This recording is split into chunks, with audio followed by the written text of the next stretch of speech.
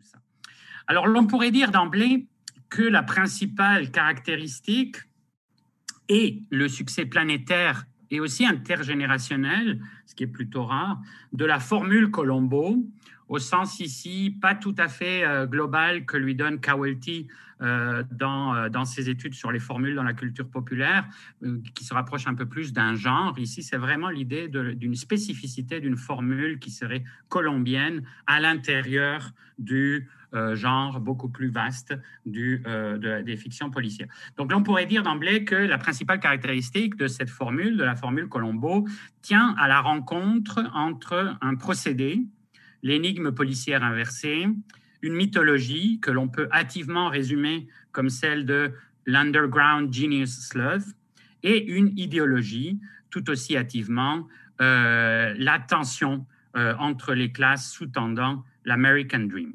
Ou plus exactement, donc, la rencontre entre une variante structurale, un conglomérat de petites mythologies et un idéologème central, ces deux derniers découlant de la première, donc découlant de la structure. Dans un premier temps, donc, j'évoquerai la genèse de cette formule. Comme toute formule et comme toute bonne formule surtout, la généalogie permet de suivre ses hésitations initiales à partir de ses origines, qui sont ici littéraires et hitchcockiennes, jusqu'à son établissement final ici dans le pilote de la série télévisuelle. À l'origine, donc, il y a la courte nouvelle, véritable short story, de William Link et Levinson, Richard Levinson, Dear Corpus Delicti, de 1960, reprise dans l'anthologie que vous voyez, donc Alfred Hitchcock's A Choice of Evils. Il s'agit d'un petit conte cruel, genre qui a été malheureusement très peu étudié, auquel nous avions consacré avec Sébastien d'ailleurs tout un cours dans une session. Donc, il a été peu étudié, que ce soit à l'intérieur de l'économie du récit policier ou plus globalement de celle de la nouvelle. Donc, comme tel, il est parfaitement inscrit dans la logique ironiquement perverse du Alfred Hitchcock's Mystery Magazine, pour lequel il fut sans doute composé, les deux auteurs y ayant déjà publié, et de son corollaire télévisé, la série anthologique Alfred Hitchcock Presents, pour laquelle Link et Robinson écrivèrent différents épisodes entre 61 et 64. Après un incipit macabre qui joue ironiquement avec une comparaison florale, Charles Lowe looked down at his wife. She lay on her side, the silk scarf knotted under her neck like a small red flower. La narration articule au moyen du discours indirect libre la subjectivité du meurtrier réduite à une simple fonctionnalité, le plan de son alibi. Le cynisme absolu du meurtrier, je vous passe les citations, le cynisme absolu du meurtrier reprend le motif du bonheur dans le crime, cher au conte cruel.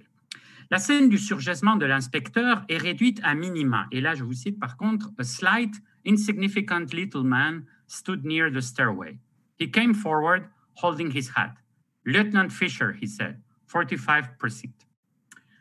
Lowe frowned. Well, here it comes, he thought. Let's hope I can react properly. What can I do for you, Lieutenant? It's bad news, Mr. Lowe. » Tout aussi abrupte, la conclusion est celle ironique des contes cruels criminels chers à Hitchcock. En fait, donc, si vous avez vu le premier épisode, donc l'antépilote, le premier téléfilm, Prescription Murder, c'est cette histoire d'un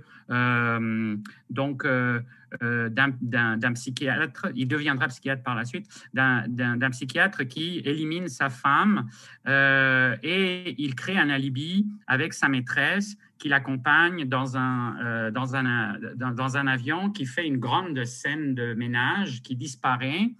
Et en fait, le twist final dans la nouvelle d'origine, c'est qu'on a retrouvé le cadavre de sa femme, mais en fait, c'est de sa maîtresse que l'on prend pour sa femme. Et en fait, l'ironie, c'est que le personnage d'inspecteur conclut la nouvelle. There'll be a few details. It won't take long. He looked at Lowe's frozen face. May I come in? En fait, c'est la fin de la nouvelle. et on sait que le cadavre de la vraie épouse est de l'autre côté donc de la porte. Cette clausule finale, ou plus graphiquement ce punch, était d'ailleurs le titre original, May I Come In, annonçant symptomatiquement la logique intrusive du futur personnage, tandis que celui retenu pour la publication insiste plutôt sur l'ironie finale du « cher corps du délit » dédoublé. Le personnage d'enquêteur est doublement insignifiant. Dans son apparence quasi kafkaïenne et dans son rôle, il est dans le récit un simple messager. C'est le lecteur qui doit s'imaginer l'enquête qui va suivre la découverte de la véritable épouse étranglée. Tout l'intérêt narratif vient de la subjectivité malsaine du tueur et du renversement de situation selon la loi de la justice poétique, poetic justice, inhérente au conte cruel.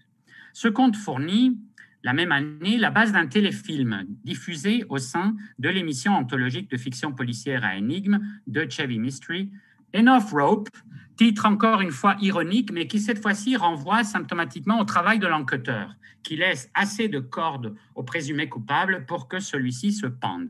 En effet, le passage au téléfilm transforme le conte cruel en y ajoutant justement un récit d'enquête basé sur la longue confrontation entre le criminel et l'enquêteur. Comme ce sera habituel dans la future série, le lieutenant Colombo, joué par le menaçant Bert Freed, qui semble rescapé de l'univers noir du chef-d'œuvre d'Otto Preminger, Where the Sidewalk Ends, où il incarnait l'assistant du flic sadique interprété par Dana Andrews, et vous le voyez ici, donc à droite. Colombo n'intervient qu'après la première pause publicitaire, signalant par une coupure nette le passage du récit du crime initial à celui de l'enquête qui va suivre. Et le régime de suspense axé sur le meurtrier, ça rime à celui du jeu du chat et de la souris entre lui et sa némésis. Pour étoffer ce jeu, plusieurs éléments qui configureront la mythologie de l'inspecteur sont déjà en place. La politesse ironique sous des dehors quasi serviles, I hate to bother you, le semblant d'étourderie perpétuelle, il demande déjà un stylo au suspect, disant que sa femme lui en donne un chaque matin qu'il perd invariablement, les références à sa femme, donc les questions tatillonnes sur les détails a priori incongrus, just a little detail that's been puzzling me, et même dans une scène promise à évoluer, une proto-psychanalyse du héros qui confesse au psychologue que sa femme trouve qu'il est maladivement suspicieux. I disturb people, I get under your skin. I don't trust people. J'aimerais bien faire l'impersonation de Colombo, mais je pense que ça va être difficile en même temps que je vous parle. Des péripéties sont introduites pour ponctuer le suspense, notamment la visite de Colombo dans l'appartement où est cachée Suzanne pendant que les vêtements disparus sont rapportés par le teinturier. Et la scène du faux coupable, hérité de Crime et Châtiment, appât qui est malicieusement déjoué par le psychiatre, désormais sur ses gardes quant à Colombo. La justice poétique du conte se déplace vers une fin qui concilie le flair de l'enquêteur, son intuition initiale sur le poids du bagage du docteur Fleming s'avérera l'indice décisif, avec l'ironie du dévoilement final. La maîtresse reconnaît les objets prétendument manquants du soi-disant braquage apporté par Colombo en guise d'appât, dévoilant sa complicité. 2 ans plus tard, cet épisode est adapté en pièce de théâtre sous le titre de Prescription Murder. Mal aimé et ignoré de la critique, des pièces policières à énigmes, Murder Mystery Plays, qui plonge ses racines dans le mélodrame victorien, a accompagné en fait l'évolution littéraire du récit policier depuis ses origines et constitue un des piliers du théâtre populaire dans le monde anglo-saxon, souvent adapté sur grand et petit écran dans un réseau serré de transmédiation. Dans ce nouveau format plus huppé, la formule se précise, notamment en ce qui concerne l'inspecteur, joué par un grand second rôle rescapé par la télé, Thomas Mitchell, face à une grande star hollywoodienne, Joseph Cotten, qui avait déjà joué un criminel retors dans le chef-d'œuvre hitchcockien Shadow of a Doubt. Lieutenant Colombo, a rumpled police detective of indeterminate age. He seems to be bumbling and vague with an overly apologetic, almost deferential manner. This masks an innate shrewdness, however, a foxy knowledge of human nature. Lit-on dans le descriptif du personnage, à quoi s'ajoute déjà une iconographie de l'anodin. An undistinguished brown suit, an old top coat, and a battered felt hat throughout the play. Parallèlement, les dialogues multiplient les futurs Colombo-isms. Colombo, that's the trouble with me. I'm always forgetting things. I left my wife in a bowling alley last week. I was halfway down the street before I remembered she was in the ladies' room. Et puis évidemment, la phrase qui reviendra mythique. Do you know where the one more thing came from? Révèle Levinson. When Bill and I were writing the play, we had a scene that was too short and we had already had Colombo make his exit. We were too lazy to retype the scene, so we had him come back and say, oh, just one more thing. It was never planned, comme les rares meurtres non prémédités de la scène. Concentration dramatique et quête d'une certaine légitimité culturelle propre au médium théâtral contribuent à tout recentrer autour de l'affrontement psychologique entre suspect et enquêteur. D'où la scène cruciale où Colombo feint de se livrer au pouvoir disciplinaire du psychiatre. D'où aussi une résolution beaucoup plus axée sur le psychologisme. Le piège tendu par Colombo, il fait croire au psychiatre que sa maîtresse s'est suicidée, fait craquer le suspect hautement sentimentalisé qui passe aux aveux dans une scène aux échos dostoïevskiens. I want to talk, I want somebody to listen. And when you're in the mood, you need a priest or a cop. You're available. You were always available, weren't you? Ce qui donne une bonne perspective d'ailleurs sur le personnage futur. La pièce sera à son tour adaptée, comme l'on sait, en un téléfilm du même titre, filmé par Richard Irving en plein Summer of Love de 68, dont il semblera une sorte de contrepoint ironique.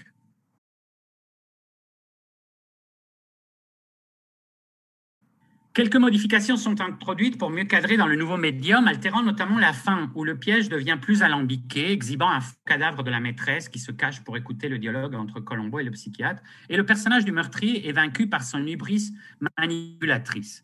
La scène est une véritable variation ironique sur la fin de la version théâtrale. Si l'aveu s'y produisait par la désolation du psychiatre à l'annonce du suicide de sa bien-aimée, ici c'est tout le contraire. Se croyant désormais à l'abri de toute inculpation par le suicide de son unique complice, Dr. Fleming se moque du sentimentalisme que semble afficher Colombo, qui lui suggère de se confesser maintenant qu'il n'y a aucune preuve contre lui et que son grand amour est mort. Le cynique psychiatre confesse qu'il est soulagé d'être débarrassé de sa maîtresse, libre désormais de vivre en playboy hefnerien, ne sachant pas que cette dernière entend sa déclaration de son amour. Encore une fois, la scène entre le psychiatre et l'enquêteur campe durablement le personnage de celui-ci. C'est vraiment une scène qui va revenir dans le pilote aussi, et où il y a un jeu très subtil, évidemment, entre du chat et de la souris, où le psychiatre essaye de comprendre et de cerner Colombo, et en même temps, le spectateur est introduit finalement à sa mythologie. Mais le tournant décisif est l'apparition de Peter Falk, qui va entièrement s'approprier le personnage, transformant ce divertique en une méticuleuse construction d'une nouvelle itération de l'archétype du détective, héritière à la fois du style new-yorkais de l'Actors Studio et du minutage très précis des icônes du burlesque. Ce processus de co-création du personnage restera une constante, comme on verra. Suite au succès du téléfilm, un pilote est tourné, Ransom for a Dead Man, toujours par Irving, avec cette belle affiche et cette affiche encore plus démentielle. Il est passé au cinéma, en fait, en Italie. Donc, Tenente Colombo, riscatto per un uomo morto, avec toute l'iconographie, avec l'explosion de voitures, etc., etc. Et qui est l'iconographie beaucoup plus proche de son strict contemporain, l'inspecteur Harry.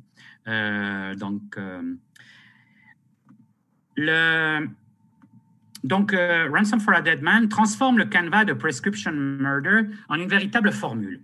Récit du meurtre initial, ici filmé à grand renfort d'effets psychédéliques, déroulement du plan, alibi, construction de faux indices, avec l'apparition d'un dispositif qui sera récurrent, la manipulation d'enregistrements sonores, et qui d'ailleurs annonce le Watergate Tapes, qui ne seront dévoilés qu'un peu plus tard, mais c'est intéressant, et qui inspirera The Conversation de Coppola, donc un des films iconiques du Nouvel Hollywood, et l'effacement des traces. Irruption du lieutenant, duel en plusieurs étapes entre celui-ci et le meurtrier, ici une avocate arriviste, sombre avatar de la nouvelle femme libérée des 70s, complication du plan, avec ici l'arrivée de la fille du mari éliminé, piège, le faux chantage par cette fille, et la confrontation finale. La figure de Colombo, comme celle de son antagoniste, sont désormais parfaitement établies, avec une série de codes qui joueront le rôle d'invariants sériels. Tout l'intérêt dramatique reposera désormais sur leur sempiternelle opposition, qui prendra des allures archétypales. Fait significatif, l'entretien avec l'avocate meurtrière reprend tous les points de la discussion précédente avec le psychiatre, livrant les clés du personnage et de la mécanique du récit, ainsi que lui conférant d'emblée une aura mythique. You know, Colombo, you're almost likable in a shabby sort of way. Maybe it's the way you come slouching in here with your shop-worn bag of tricks. Me? Tricks? the humility, the seeming absent-mindedness, the homey anecdotes about the family, the wife, you know. Really? Yeah, Lieutenant Colombo, fumbling and stumbling along. But it's always the jugular that he's after. And I imagine that more often than not, he's successful. I appreciate that compliment, Mrs. Williams. And I particularly appreciate it coming from you. Donc, ironie finale, évidemment, puisqu'il est tout à fait... il sait déjà qu'il est la meurtrière. Il en va de même pour la présentation autodiégétique du héros qui insiste sur son trait définitoire, présenté comme une véritable pathologie. You see, the thing with me, I'm a strange guy. Yeah, I worry. I mean, little things bother me. I'm a warrior. I mean, little insignificant details. I lose my appetite. I can't eat. My wife, she says to me, you know, you can really be a pain. You know what I mean? Ce à quoi l'avocate répond par l'ironie, I get the picture, et une définition. It's your idiosyncrasy. Idiosyncrasy, that's a good word, répond l'inspecteur, qui vient de trouver le trait définitoire de ce qui fera son charisme et partant celui de la série. Cette dernière, inaugurée par le célèbre Murder by the Book, réalisé par le jeune Steven Spielberg, et introduisant un des motifs métatextuels récurrents de ce monde de fiction, l'écrivain de romans policiers à énigmes, ici dédoublé en un duo, à l'image ironiquement du tandem Levinson et Link, va en effet systématiser tous ces éléments préalables, faisant de Colombo le centre de l'univers diégétique, selon la logique de sérialité itérative à personnage fixe, qui sera à l'origine de toute une vague de character cop shows. Mais au-delà de la cristallisation du personnage principal, le phénomène de sérialisation va parfaire, comme on verra, l'intégration de la structure du récit à énigme inversée à une série de petites mythologies et un idéologème central. Elle s'inscrira ainsi de manière originale dans le contexte du timide revival des fictions à énigmes, mystery fiction, à l'ombre du néo-noir, voire à son encontre. Le célèbre Sleuth d'Anthony Shaffer, joué au théâtre en 70, sera adapté au cinéma en 72 avec le succès que l'on sait. Donc là, c'était Murder by the Book. Donc Sleuth avec Laurence Olivier et Michael Caine. Réappropriation, voire déconstruction des codes du whodunit classique. Ironiquement, si le néo-noir était perçu par Fredric Jameson comme l'emblème des nouveaux films nostalgiques, Nostalgia Films, comme symptôme du postmodernisme et de son corollaire, une crise de l'historicité au stade du capitalisme avancé, dans Postmodernism or the Cultural Logic of Late Capitalism, Colombo représente une autre nostalgie rétromane, celle des bons vieux mystères d'autrefois, face à un monde de plus en plus hanté par la violence urbaine, dont la série s'éloignera tout à fait, malgré son inscription dans la Cité des Anges, ville noire par excellence. Aux antipodes de son strict contemporain, l'inspecteur Harry, donc on ne peut pas ne pas reprendre la superbe affiche, contrairement donc à Harry, qui envahit les grands écrans pour réarmer l'Amérique littéralement face à la nouvelle crime wave qui incarne tous les maux de l'anomie sociale, Colombo se situera comme un improbable garant de l'ordre social face à un autre type de menace venue cette fois-ci d'en haut de l'échelle sociale. Alors, pour la variante structurale, je vais commencer un petit peu à synthétiser à partir d'ici. Alors, pour la variante structurale, les auteurs ont donné comme référence le créateur de la formule de ce qu'on appelle donc le récit policier inversé, c'est Austin Freeman. Et donc, according to Ellery Queen, Freeman posed himself the following question: would it be possible to write a detective story in which, from the outset, the reader was taken entirely into the author's confidence, was made an actual witness of the crime, and furnished with every fact that could possibly be used in its detection? Inauguré par la série John Thorndike d'Austin Freeman, avec des nouvelles qui seront recueillies dans The Singing Bone, à partir de 1912, cette variante subtile de la macrostructure policière surgit assez rapidement en réaction à l'hégémonie du modèle classique définitivement intronisé par la saga de Sherlock Holmes. Paradoxalement, elle réinstaure l'ordre chronologique de l'histoire au sein du récit selon le régime traditionnel de la fiction, mais tout en gardant, comme on verra, la tension entre récit d'enquête et récit de crime. Et c'est dans le traitement de cette tension, à l'aune du modèle doylien, que se situe l'originalité de Freeman, car l'idée de suivre un crime depuis sa planification jusqu'à sa résolution, en passant par ses conséquences inattendues, était déjà établie dans ce que l'on appelle le roman policier archaïque. On peut notamment citer, parmi les nombreux exemples, le plutôt méconnu Il Cappello del Prete, publié par Emilio de Marchi en 1887. Dans ces récits, on reste axé sur le récit du criminel et l'enquête joue encore un rôle mineur, bien que s'installe déjà l'ironie poétique des circonstances qui déjouent le plan astucieux du meurtrier, variation profane du mythe des Érini grecs à l'un des anti-héros névrosés par la faute d'Edgar Allan Poe.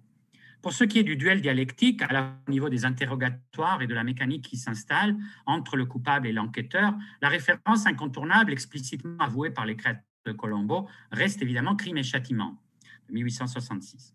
Comme le souligne Bakhtin dans sa célèbre poétique de Dostoïevski, le merveilleux juge d'instruction de Crime et Châtiment, Porfir Petrovitch, c'est lui précisément qui qualifie la psychologie d'arme à double tranche, ne s'appuie pas sur une psychologie judiciaire, mais sur une intuition dialogique particulière qui lui permet de pénétrer dans l'âme inachevée et sans solution de Raskolnikov.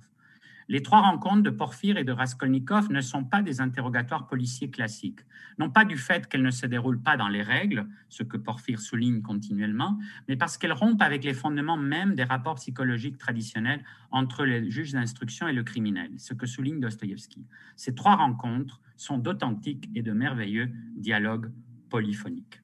Et vous avez ici donc deux des incarnations de Porfir, Gabin, et dans une des adaptations françaises, et dans le magnifique duel avec Peter Lorre dans une des premières versions hollywoodiennes.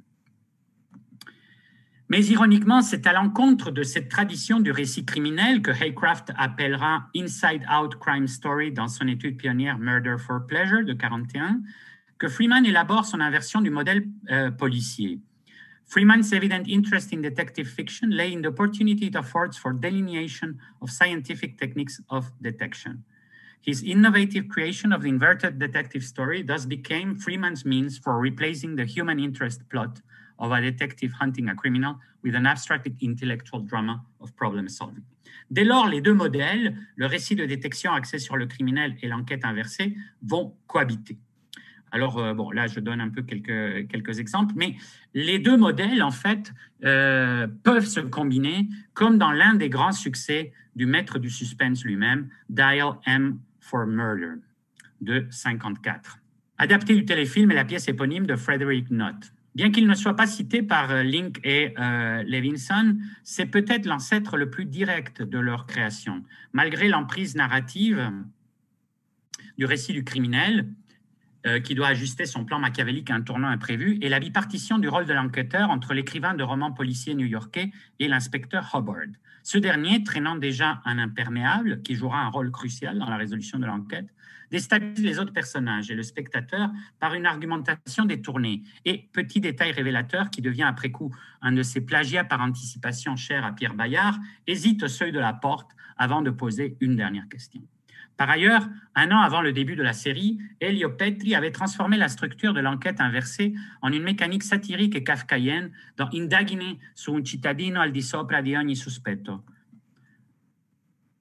Sorte de Colombo pour intellectuel de gauche avant la lettre, d'où la figure de l'enquêteur génial serait absente, entièrement éclipsée par le meurtrier schizoïde jouant au chat et la souris avec lui-même. Et c'est lui le policier d'ailleurs. Mais c'est bien entendu Colombo qui va devenir l'emblème pour des millions de téléspectateurs à travers le monde de cette variante structurelle du récit policier. Il importe donc, au-delà de la simple classification, de s'interroger sur son fonctionnement, peu étudié par les théoriciens du genre. Outre l'effet vite dissipé de sa nouveauté, l'énigme policière inversée permet de libérer la machinerie herméneutique du paradigme indiciaire étudié jadis par le sémiologue italien Carlo Ginzburg. Affranchi du jeu de piste traditionnel axé sur le dévoilement du récit caché qu'il guette, le récit d'enquête concentre désormais en lui-même les effets de suspense, dans l'attente du dernier détail fatal qui permette la parfaite démonstration du sémiologue sauvage qu'est Nouveau Diogène, le vieux lieutenant à l'imperméable fripé. Le sens de la logique policière change structurellement. La chronologie de l'histoire, au sens de la fable, chère aux formalistes russes, est restaurée dans son ordre diégétique dans le récit, qui ne remonte plus du crime initial à ses origines, mais suit ses effets jusqu'à la conséquence inévitable qu'est sa résolution ou désoccultation, et non, comme on verra, sa punition. Le récit du crime est donc donné au lecteur-spectateur qui assiste à la mise en abîme du récit policier classique, récit d'enquête cherchant à restituer le récit du crime dont l'absence le fonde. L'on passe ainsi du whodunit qui l'a fait, au How Catch Them, comment les attraper, dont le double enjeu est de savoir comment l'enquêteur va rétablir le récit du crime et comment va-t-il attraper le coupable, la construction de la toile qui le fera avouer. Le duel devient ainsi le principal moteur narratif. La structure épisodique de Colombo épouse l'évolution de la confrontation, de l'intuition initiale, avec un premier soupçon qui semble souvent très éloigné de la solution finale, détail périphérique à la fois au récit d'enquête et à celui du crime, à la condamnation sans appel. Les épisodes s'articulent alors autour des étapes, ou plutôt devrait-on dire les rounds pugilistiques, de cette confrontation, épousant les 5 actes traditionnels, le premier devenant le prologue dévolu à l'exécution du crime par le meurtrier, ponctué par des intermèdes où l'on suit les actions et contractions du coupable et de l'enquêteur qui préparent, comme dans un jeu d'échecs, la prochaine confrontation.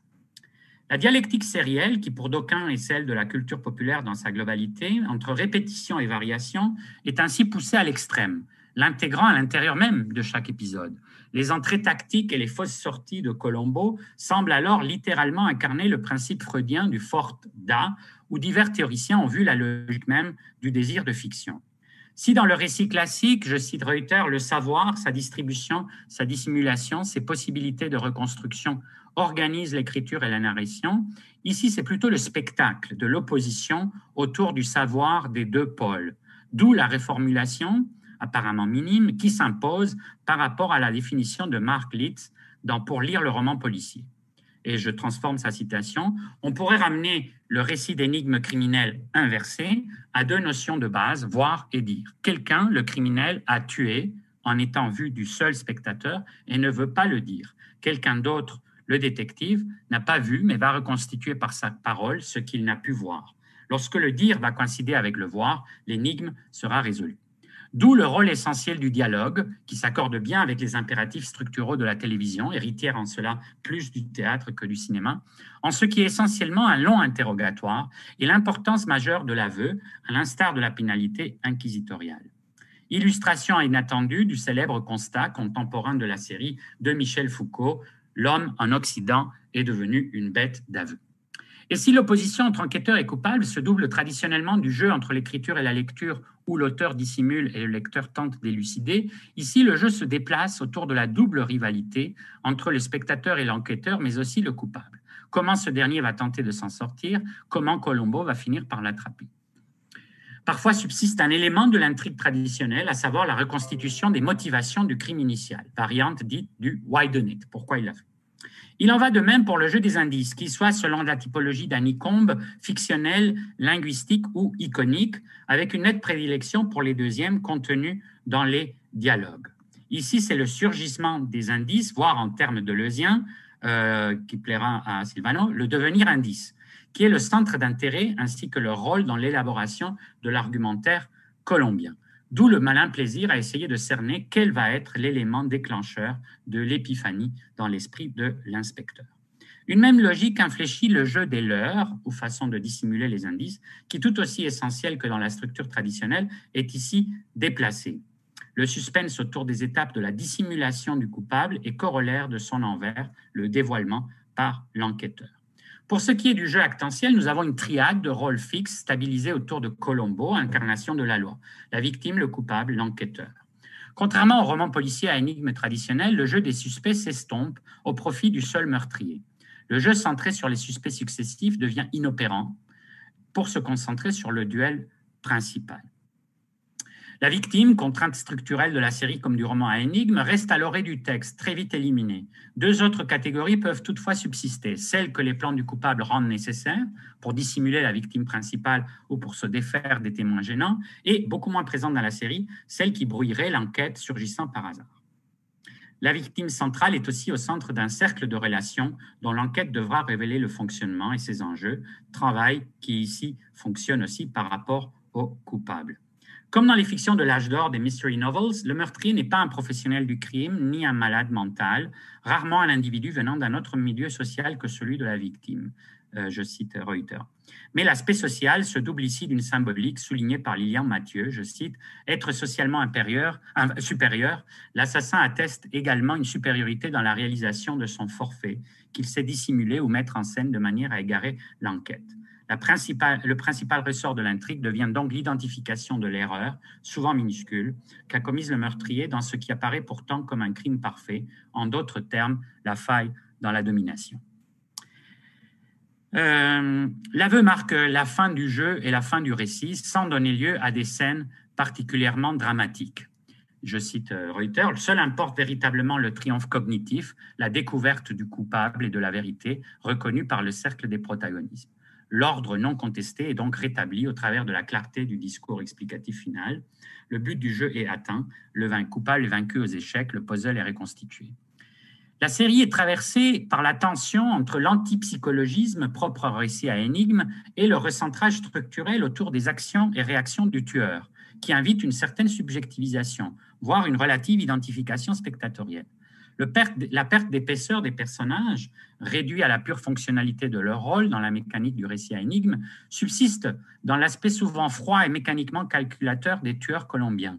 Mais ceux-ci sont amenés peu à peu à perdre en efficacité par cumul d'erreurs tactiques, court-circuitage des affects, justice poétique des événements et harcèlement stratégique par Colombo jusqu'au piège final.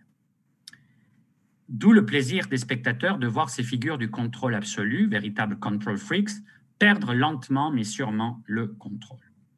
Cette tension recoupe la double origine du récit à énigme inversée, le suspense du récit de crime, soit aussi l'héritage hitchcockien, et la mécanique intellectuelle du récit à énigme proprement dit. Il en découle aussi un régime tout à fait particulier qui exhibe la duplicité en action. Nous voyons sans cesse le coupable jouer son innocence, ce qui entraîne au moins 3 effets de spectature intimement reliés. D'un côté, au niveau diégétique, c'est le prolongement du suspense du jeu du chat et de la souris. À cela s'ajoute une certaine dimension métatextuelle où le fait bien connu de faire appel aux stars sous contrat de l'Universal prend tout son sens. Nous apprécions le jeu des acteurs jouant sans cesse un rôle. Enfin, et c'est là un des aspects essentiels de la série, s'illustre ce qu'Erving Goffman avait appelé la mise en scène de la vie quotidienne, the presentation of self in everyday life. Dans le duel entre le coupable et le Colombo, c'est tout le jeu de la vie sociale qui nous est donné non seulement à voir, mais à comprendre, évaluer et calibrer en bon stratège. Bon, je saute un petit peu par rapport à la question des crimes. Il y a une élision de la violence du crime, élision aussi du châtiment, l'aveu et la condamnation est finalement acceptée par le coupable qui se sait démasquer selon les codes du fair play. Conformément au mystery novel, contrairement au roman noir, on voit à l'œuvre une idéologie du mal localisé, mais qui, dans Colombo, entre en conflit, comme on le verra, avec une certaine logique systémique. L'élision du crime et du châtiment s'inscrit dans celle plus générale de l'action dans la série, dont la phobie des armes, phallus habituel des action series policières des 60s et 70s, reste l'emblème éclatant aux grandes dames des fans du Second Amendment. Toute action abolie, l'aspect cognitif de l'énigme s'hypertrophie. Voilà. Il y a aussi une illusion de la sentimentalité qui va avec ça. Petite réflexion sur Eisenzweig, le récit impossible, comment ça se déplace aussi. Mais on va passer donc de ce renversement sémiotique central, tout semble témoigner dans la série. Et notamment la mythologie du héros et l'idéologie centrale. Donc on passe à la question de la mythologie, je vais aller de plus en plus vite à partir d'ici. Si la structure inversée transforme le rôle du coupable et dans une moindre mesure donc de la victime, c'est l'impératif sériel qui va donner à l'enquêteur un statut central, construisant un personnage récurrent, charismatique, à partir d'une série de petites mythologies qui lui seront propres, au sens bien sûr barthésien, soit toutes les fausses évidences qui constituent, je cite, les mythes de la vie quotidienne d'une époque donnée.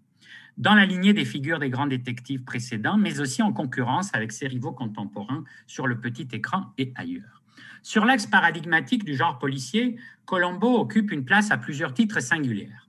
Contrairement au type du armchair detective, il ne s'agit ni d'un riche dilettante, c'est un policier de la LAPD, et d'ailleurs l'insistance Donc là, vous avez une belle illustration de Presentation of Self où on dirait justement une scène de Colombo. Donc, la LAPD avec les célèbres scènes où Colombo présente son badge souvent à des gens qui ne croient pas que c'est un vrai flic. C'est un policier donc de la LAPD particulièrement fauché, ni d'un sédentaire. Au contraire, il joue un rôle de plus en plus envahissant dans l'espace de la diégèse, chacune de ses entrées marquant une véritable disruption dans la configuration spatiale, souvent établie ou investie par le coupable. Cela le rapproche de l'univers mobile du noir, dont il n'épouse toutefois ni l'errance ni la kinésis anxiogène. Contre la figure du génie excentrique au élan aristocratique qui domina longtemps le récit policier à énigmes, Colombo semble incarner l'everyman de ce médium qui se dit essentiellement démocratique qu'est la télévision. Aux antipodes des savoirs spécialisés des grands détectives à la Dupin ou Sherlock Holmes, il use de son intuition, de sa sagacité et sa ténacité. Comme le souligne Eco dans son analyse comparée entre notre inspecteur et son avatar germanique et, à mon sens, dégradé d'Eric, je cite, aucun des deux n'a le talent diabolique de Don Isidro Parodi, donc la création de Borges et Bioy Casares. Pour ne pas plonger les téléspectateurs dans l'embarras, les scénaristes dévoilent tout de suite, avant que les détectives eux-mêmes les découvrent, le nom de l'assassin. Le plaisir du public provient de ce que ni Colombo ni Derrick ne déploient des techniques d'investigation nécessitant un esprit surhumain. Ils marchent au flair, se fondant sur une intuition due à un mouvement instantané d'antipathie, exactement comme nous pourrions le faire nous-mêmes. Colombo semble diabolique, mais en fait, il se contente d'exceller dans quelques trucs psychologiques pour amener le coupable à se dévoiler. Il ne l'identifie pas, à l'instar de Don Isidro, en faisant des abductions dans un univers spinozien malade, essentiellement parce qu'il ne sait pas ce qu'est l'abduction et encore moins qui est Spinoza. Ici, Eco est un petit peu vache avec Colombo et nous verrons que ce sont des propos un peu nuancés. Des petites remarques sur des aspects de la vie quotidienne apparemment anodins fournissent les premiers indices de culpabilité. Pourquoi un suspect n'a pas salué sa femme en rentrant de voyage ou bien a ouvert calmement une lettre alors qu'il venait de voir un cadavre, etc. À la fin de l'enquête, l'inspecteur n'hésitera pas à utiliser les ruses anonymes des arts du faire, pour reprendre la terminologie de Michel de Certeau dans L'invention du quotidien, titre qui pourrait parfaitement convenir à une analyse sur Colombo, pour piéger les coupables, telle la patate dans le carburateur de la voiture de Robert Culp dans Death Lends a Hand.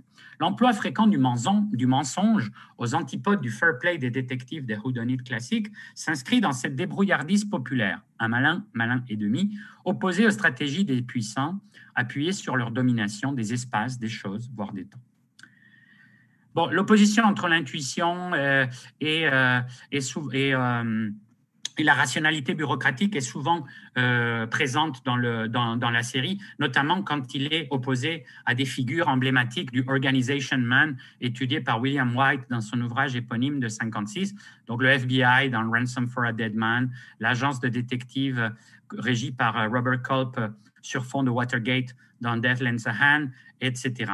La supériorité de son intuition face à la technocratie de la société post-industrielle est un motif récurrent qui place Colombo du côté des antimodernes, dans le contexte postmoderne de la crise de l'idée de progrès. Cet aspect va d'ailleurs s'intensifier au fil du vieillissement de la série et de l'équipe, et notamment de l'acteur, devenu une sorte de refuge cathodique face à l'invasion technologique. Son culte de l'intuition est rendu patent par son rapport conflictuel au stylo, qu'il oublie autant que ses briquets, ce qui inviterait à une lecture freudienne. L'on pourrait aussi s'amuser à voir dans ce rapport à l'écriture un avatar moderne du phonocentrisme socratique de la part d'un personnage particulièrement loquace qui est immergé dans l'oralité, citant à tout bout de champ les moindres remarques de sa femme et sa belle famille, et qui sait utiliser de façon dévoyée la maïeutique pour extraire les aveux des coupables, les impliquant souvent dans ses hypothèses. Car sa méthode est essentiellement celle dialogique d'un interrogatoire ininterrompu, d'où sa relance continuelle. Encore une dernière question. Plus proche de Maigret, qui symptomatiquement triomphe aussi dans les petits écrans que de Sherlock, il n'en a toutefois pas la lourdeur, autant au niveau des intrigues psychologiques que du déterminisme naturaliste du milieu et des procédures bureaucratiques. Toutefois, sa dette envers le commissaire aux allures de fonctionnaire petit bourgeois et sa manière d'enquêter mine de rien en prenant parfois un air idiot pour tromper les suspects est patente. C'est peut-être le sens de la French Connection établie par la Peugeot 403. Inversement, face au détective Hardboiled, voiture que, à l'occasion, Maigret prend, bien qu'il ne conduit pas, il se fait souvent conduire dans cette voiture prisée par la police des 60s en France. Inversement, face au détective hard-boiled, Colombo ne déploie jamais une force physique qui lui fait cruellement défaut, allant jusqu'à la poltronnerie assumée, et arbore une phobie des armes qui est à la fois un signe distinctif face aux action heroes des séries policières concurrentes et, sous couvert d'inscriptions génériques dans la tradition des grandes machines pensantes, thinking machines, une apologie de la supériorité de l'intelligence, dont la série elle-même est l'illustration, qui cache peut-être un timide manifeste pacifiste sur fond de protestation contre la guerre du Vietnam. Corollairement, il n'accumule aucun exploit sexuel, toujours fidèle à la figure éternellement absente de sa femme invisible, sage Pénélope, qui n'existe que comme trace polyphonique dans ses dialogues. Elle est essentiellement un produit de l'imagination partagée entre Colombo et ses spectateurs. C'est aussi un lieutenant paradoxal, puisqu'affranchi du milieu sociologique policier qui était au cœur des police procedurals, devenu depuis Dragnet un des formats hégémoniques de la fiction policière à la télévision américaine, et qui, en littérature, était investi au même moment par le réalisme noir avec The New Centurions de Wambaugh de 1971, donc année où commence la série. Improbable synthèse, Colombo garde du roman à énigme le topos cardinal du fin limier, de Maigret une certaine humanité compatissante et du roman noir son rôle de révélateur de la corruption des élites états-uniennes dans leur ultime expression qu'est la haute société californienne arpentant le territoire même du LA noir. Génie excentrique, dissimulé sous les dehors d'un type à la masse, piètre représentant de la petite fonction publique, Colombo est, comme l'écrit Lilian Mathieu, un individu des plus ordinaires, voire quelque peu pitoyable. Là, je passe un petit peu. Ses allures fauchées contrastent avec son statut d'inspecteur, contrastes dont sont souvent dupes les coupables, qui le soupçonnent parfois à prime abord de ne pas être un vrai flic. Ses habitus sont ceux des classes populaires pour Mathieu, ou plus globalement de l'américain moyen pour Serge Constant. Ainsi, par exemple, il aime au-dessus de tout le chili con carne aux crackers, plat dont la modestie connote le caractère essentiellement populaire du héros, tout en étant l'emblème du melting pot dont il est lui-même, de par son onomastique, issu, comme Peter Falk d'ailleurs, qui est d'origine ashkénaze et non italienne pourtant. Plat enfin réconfortant comme l'émission elle-même, que l'on peut aisément catégoriser de comfort TV, sur le modèle du comfort food. Sa fidélité à ce plat nourricier est aussi à l'image de celle qui le lie à sa tendre moitié et suggère un modèle de spectature fidélisé. Toutes les petites mythologies qui entourent et articulent le personnage renforcent cet imaginaire de l'underdog, figure bien aimée du cinéma et de la télévision états-unienne, en ce qu'il confirme inévitablement par l'éclat de sa réussite le bien fondé du rêve américain. Comme on l'a déjà évoqué, la construction du personnage fut l'œuvre d'un véritable processus de co-création.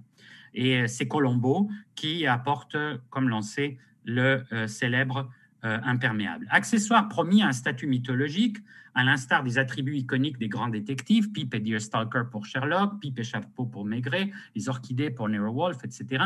L'imperméable délavé de Falk devient l'emblème du personnage, discret témoin du transfert de la localisation new-yorkaise originale au nouvel environnement californien des studios Universal et symbole du décalage permanent de Colombo face au milieu où il évolue. À ce décalage se double celui, intertextuel et temporel, face au modèle du dur à cuire des films noirs dont c'était l'emblème iconique, soulignant ironiquement tout ce qui sépare Colombo d'un Philip Marlowe. Parallèlement, la vieille bagnole cabossée d'une marque incongrue à LA s'oppose non seulement au culte national états-unien de la voiture, mais au bolide des héros de fiction policière d'aventure, contrastant par sa pétarade continuelle avec la kinésis enlevée de ces dernières et des courses-poursuites filmiques dont elles sont héritières. Sorte de corrélat objectif, pour reprendre T.S. Eliot, de Colombo lui-même, la Peugeot 413, que l'on peut considérer en honneur de Barthes comme une parfaite anti-déesse, est tout aussi décalée sur les routes de Los Angeles que l'inspecteur dans les manoirs des nantis qui les jonchent. De même, son Basset Hound anonyme se situe aux antipodes du fin limier qui sert de métaphore de l'enquêteur dès les origines feuilletonesques du genre. Il devient par là même un autre corrélat objectif du héros, soulignant sa tendresse envers les faibles, dont il devient, à l'instar des anciens justiciers du roman populaire, le défenseur. Aux antipodes aussi des femmes fatales et des pin-up de rêve qui peuplaient les romans et les films noirs, mais aussi de l'éternel célibat des génies aristocratiques de la détection, l'épouse sempiternellement absente mais constamment présente dans les ruminations de Colombo, incarne une stricte domesticité, tout ce qu'il y a de plus normative, voire évidemment hétéronormative. Mais sa fonction narrative est bien plus redoutable. À la fois éternelle source de digression qui permettent de faire baisser la garde de l'adversaire, elle semble aussi agir à la manière d'un daimon socratique, aidant par ses conseils, qu'ils soient réels ou manipulés, voire inventés par Colombo, à la résolution des crimes. Ce qui vaut aussi pour cet autre spectre de la vie conjugale, la belle famille, sorte d'illustration domestique du on-dit heideggerien, abondamment cité dans le small talk diaboliquement agencé de l'inspecteur. Cette figure de l'homme ordinaire est parfaitement adaptée au médium qui vise justement un public à son image, celui qui passe ses soirées du mercredi et du dimanche devant la télé, les heures où passait donc l'émission NBC, comme on l'imagine lui-même auprès de sa femme lorsqu'il n'est pas en train de traquer des criminels, donc où ils n'existent plus dans le récit. Dès lors, sa confrontation au monde extraordinaire des Olympiens, au sens où l'entend Edgar Morin, en fait un éternel outsider, jusqu'à reprendre certains traits des anti-héros du cinéma burlesque. Et je vais passer vite sur plusieurs choses, mais passer vite à cette idée de la dialectique et de la confrontation, et où s'articule l'idéologème central qui fonde la série et, fort probablement, son succès fantasmatique auprès du public. Davantage que par les petites mythologies qui le configurent, Colombo se définit essentiellement par l'antagonisme qui l'oppose au meurtrier, tandis que ceci se constitue en étant tout ce qu'il n'est pas. Comme le constate ironiquement Jeff Greenfield dans un article absolument savoureux de 1973 paru dans le New York Times, qu'il faudrait pouvoir citer dans son intégralité, The homicide files in Colombo's office must contain the highest per capita income group of any criminals outside of antitrust law. Donc, comme on sait, the killers in Colombo's world are art collectors, surgeons, high-priced lawyers, sports executives, symphony conductors, etc. Colombo's villains are not simply rich, they are privileged. They live the lives that are for most of us hopeless daydreams. C'est dans le cadre luxueux de leur lifestyle que survient leur némésis inattendue, extraite de cette foule dont ils s'extraient eux-mêmes et qui les admire. Colombo témoigne souvent de l'admiration que leur porte sa femme, visiblement séduite par ces Olympiens, au sens donc où l'entend Edgar Morin dans l'esprit du temps. D'où un décalage par rapport à la logique du roman à énigme édouardien. Si celui-ci restait systématiquement cantonné dans un milieu huppé, dont les crimes ne remettaient aucunement en question la légitimité, l'intrusion de Colombo fait figure de contestation implicite, à l'instar de celle des privés du roman noir. Bon, il y a tout un truc aussi sur LA, Los Angeles, le rapport de Colombo au LA des films noirs, à toute cette configuration mythique qui l'informe quand même et qui est présente dès la scène fondatrice de The Big Sleep, où Marlowe débarque dans la fastueuse villa du général Sternwood qui, sous des dehors luxueux, est tenté par la duplicité, la manipulation, l'anomie et le crime. Le duel entre l'enquêteur et le criminel, dont on a vu le rôle central, devient donc le microcosme d'un antagonisme plus vaste. His aristocratic adversaries tolerate Colombo at first because they misjudge him, écrit Greenfield. All of them are done in some measure, by their contempt for Colombo's background, breeding and income. Et c'est justement ce triomphe qui est déjà rapproché par Greenfield d'un antagonisme de classe. There is something else which gives Colombo a special appeal, something almost never seen on commercial television, that something is strong, healthy dose of class antagonism. The one constant in Colombo is that with every episode, a working class hero brings to justice a member of America's social and economic elite. C'est la théorie, comme on sait, que va reprendre Liliane Mathieu dans son petit ouvrage, donc Colombo, la lutte des classes à la télé, et qui est déjà entièrement présente dans cet article, que d'ailleurs il ne cite pas. La dialectique entre l'inspecteur et les criminels qu'il traque impitoyablement semble opérer dès lors une radicalisation de la célèbre réflexion des abusés de Vautrin dans Le Père Goriot. Je cite, « Le secret des grandes fortunes sans cause apparente est un crime oublié parce qu'il a été proprement fait ». Ce que le théoricien marxiste Ernest Mandel réformulera justement dans son analyse du roman policier, je cite, « En définitive, l'essor du roman policier s'explique peut-être par le fait que la société bourgeoise, considérée dans son ensemble, est une société criminelle. » Peut-être comprend-on mieux alors pourquoi il a fallu attendre 1971 pour que la formule Colombo puisse fonctionner enfin à plein régime. C'est à l'ombre de Watergate et de son mastermind, Tricky Dick, sobriquet de Nixon, que le portrait d'une élite corrompue, criminelle et cyniquement manipulatrice prend toute sa force. Il n'est pas d'ailleurs anodin que l'article de Greenfield fasse directement allusion au scandale qui n'avait pas encore en 1973 trouvé de résolution finale. Et c'est une phrase magnifique. I wait only for the ultimate episode. Colombo knocks on the door of 1600 Pennsylvania Avenue one day. Gee, Mr. President, I really hate to bother you again, but there's just one thing. Toutefois, cette visée critique fut symptomatiquement déniée par les critiques de la série dès ses premières manifestations. Donc, autant Levinson que Link et que Peter Falk lui-même ont toujours contesté cette analyse qui n'est pas du tout nouvelle. C'est vraiment l'analyse qui comme on l'a vu, dès 1973, était déjà parfaitement perçue par la critique. De fait, la tradition donc aussi de faire jouer une star hollywoodienne ajoute un niveau métatextuel à cette confrontation qui se passe à la télé, et c'est une sorte de revanche du médium démocratique mal aimé de la critique, etc., sur Hollywood, qui était d'ailleurs en pleine crise, qui explique d'ailleurs pourquoi aussi toutes ces stars de l'époque des grands studios doivent se réinventer à la télé. On peut interpréter ce déni comme de l'aveuglement de la part des créateurs face à la logique intrinsèque de leur œuvre, voire comme de l'aliénation ou de la mauvaise foi. Après tout, ce sont les principaux bénéficiaires d'une franchise extrêmement lucrative. Mais on peut toutefois y voir l'illustration de la logique essentiellement contradictoire de la culture pop, qui doit, pour triompher, jouer d'une constante ambivalence. Sans l'antagonisme de classe qui préside au duel structurant entre le héros et les criminels, Colombo n'aurait pas connu une telle popularité en plein scandale Watergate. Mais il ne saurait s'agir d'une série à thèse, ce qui aliénerait ironiquement une grande partie de son public. Il faut donc jouer à la fois de la fantasmatique de cet affrontement et de son déni, faisant de Colombo non point l'agent de la négativité hegelienne chère au roman noir, mais un vecteur de suture dans l'imaginaire social. Contrairement à la guerre sociale prônée au même moment par le Weather Underground, dont le manifeste Prairie Fire paraîtra en 1974, Colombo, à la fois le personnage de la série, ramène la paix sociale à une Amérique divisée et meurtrie, servant d'exutoire un antagonisme croissant, à droite comme à gauche, envers l'establishment, dont on a vu très récemment l'aboutissement. Il permet de ramener le mal à des figures localisées qui sont aussi le plus souvent, comme le signalait Greenfield, dans une position instable, marquée par une forme ou une autre d'imposture ou de parasitage. Incarnation sympathique mais redoutablement efficace de la loi et l'ordre, le lieutenant pousse les techniques d'interrogatoire jusqu'à une sorte d'esthétique virtuose, qui est aussi essentiellement celle des scénarios de la série.